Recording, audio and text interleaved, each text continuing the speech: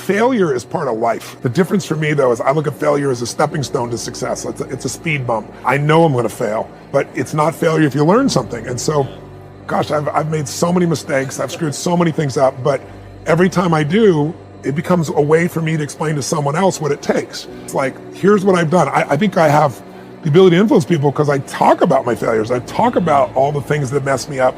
But I show people that I didn't let it stop me, and you don't let it stop you. I think that's really the secret in that area. Our minds are designed to stop you at all costs from doing anything that might hurt you. And the way that this all happens is it all starts with something super subtle that none of us ever catch. And that is with this habit that all of us have that nobody's talking about. We all have a habit of hesitating. We have an idea, you're sitting in a meeting, you have this incredible idea, and instead of just, saying it, you stop and you hesitate. Now, what none of us realize is that when you hesitate, just that moment, that micro moment, that small hesitation, it sends a stress signal to your brain. It wakes your brain up, and your brain all of a sudden goes, oh, wait a minute, why is he hesitating? He didn't hesitate when he put on his killer spiky sneakers. He didn't hesitate with the really cool track pants. He didn't hesitate with the NASA t-shirt. Now he's hesitating to talk, something must be up. So then your brain goes to work to protect you. It has a million different ways to protect you. One of them is called the spotlight effect. It's a known phenomenon where your brain magnifies risk. Why? To pull you away from something that it perceives to be a problem. And so you can truly trace every single problem or complaint in your life to silence and hesitation. Those are decisions. Your life comes down to your decisions. And if you change your decisions, you will change everything. I was 20. If you find your passion, you're going to have this tremendous energy. It's sustainable energy. But momentum requires you always do the next thing to keep the momentum going. And the reason you get yourself in a passionate place is so that you change your life, and the only thing that changes your life is making a decision. So while you're in this passionate state, that's where you make decisions. Tell people there's a daily practice like priming. If you don't do that, if you get up and you just have no discipline whatsoever, you get no value of anything. Diets don't work when you don't do them. Exercise doesn't work when you don't do them. But most of the people have some experiences that they want to shift. And once you shift those things, your whole life changes. But life is constant growth. My life isn't here because I went to one seminar one time and now my life is fit for life. I work out, I train my mind, I train my body, and it becomes a lifestyle. Passion is not an actionable word. It's correct, that those who do the things that they're passionate about do better, but it's not helpful advice. And so the question is, where does passion come from? Passion is a result. Passion is an energy. Passion is the feeling you have when you're engaged in something that you love. Passion is the feeling you have that you would probably do this for free, and you can't believe somebody pays you to do it, And I think we mistake that passion is something we do in our private lives, but it shouldn't be done in our careers, for example. And I'm a firm believer that you are who you are. And anybody who says, I'm different at home than I am at work, in one of those two places, you're lying. And the goal is to make everything you do in home and at work something that you have excitement to do. So how do you find the things that you're excited to do? Well, it's actually easier than you think. What are the things that you love to do? What are the things that you would do for free? How can you recreate that feeling and be paid for it? So what are the things that I do on the weekend, right? I'm very involved in the art world. I love to go to museums and galleries, but I love to go see dance and performances because I want to see how others are interpreting the world. So that inspires me. New ideas, new thoughts, new ways of looking at the world are things that interest me privately, and I seek it out and pay money for it, right? So does that mean I have to have a career in the arts? No, it means I have to have a career where new ideas are explored, where people are experimenting and trying things out, and I have to explore new ideas and try things out, and I'm just as excited to go to work every day as I am to, go do something on a Saturday night. And so the idea of finding your passion is ironically simple because you should be doing stuff that you enjoy sometimes. What is the stuff that you enjoy, and then what is the stuff that you love? Who are the people that you love, and what do they all have in common? Quincy Jones had, I would not even say an important role, I would say the role in my acting career. Quincy Jones discovered me.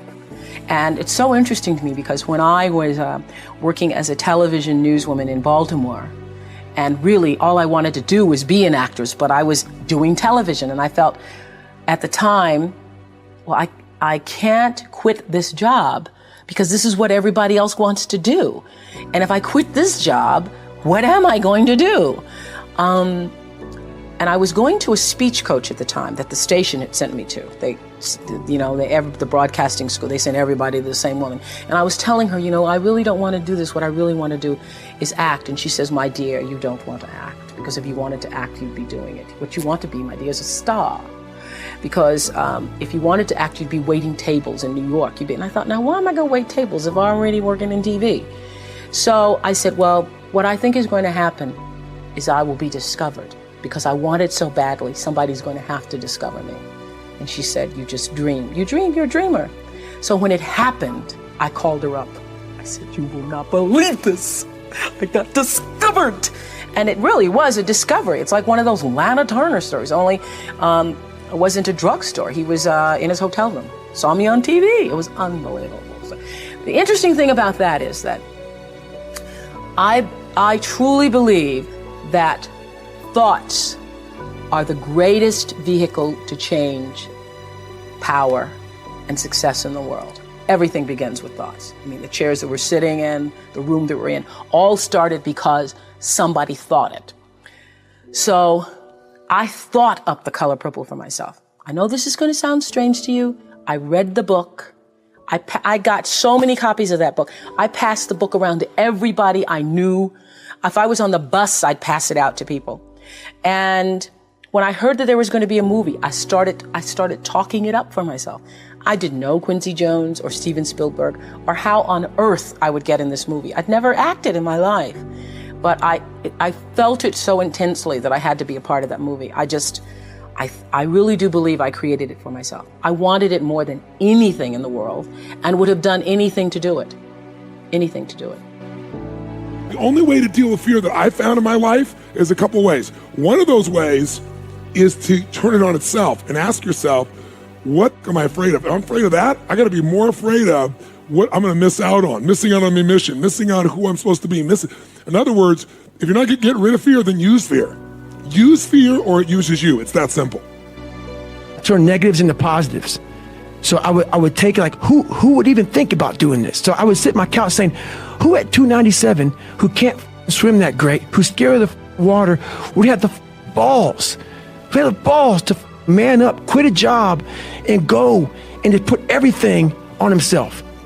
So it's how I started talking to myself and putting myself in a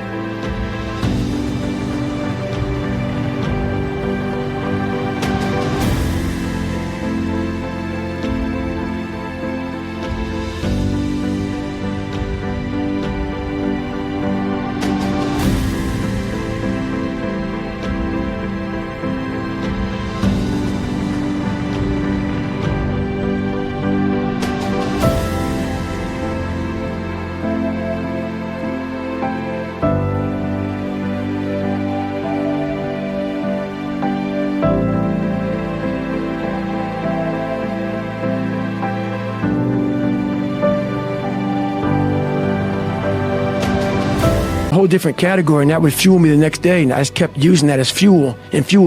No one would do this. No one would do this. You're the best around. You're the best ever live.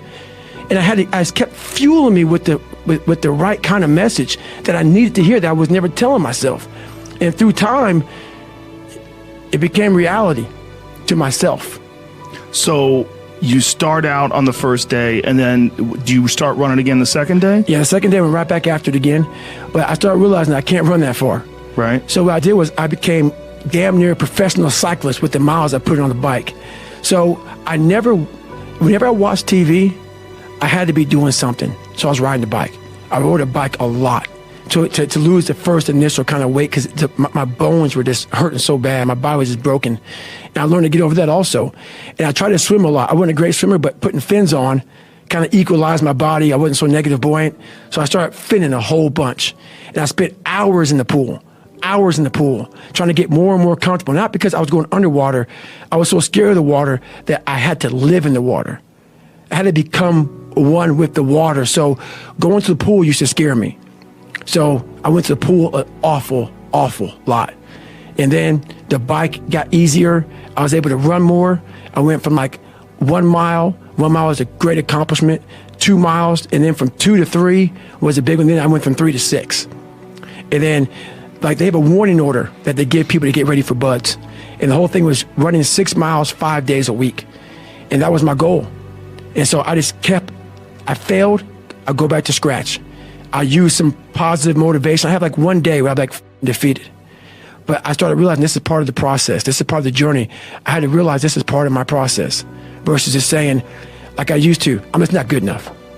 If I'm not good enough, we always say that I'm just not good enough, and then we try something else. I'm gonna make myself good enough. And that became my mentality. I'm gonna make myself good enough. And so I'm misunderstood a lot, but that's all it came down to. I made myself good enough. And the days I couldn't run that far, the next week, I would do 2-a-days.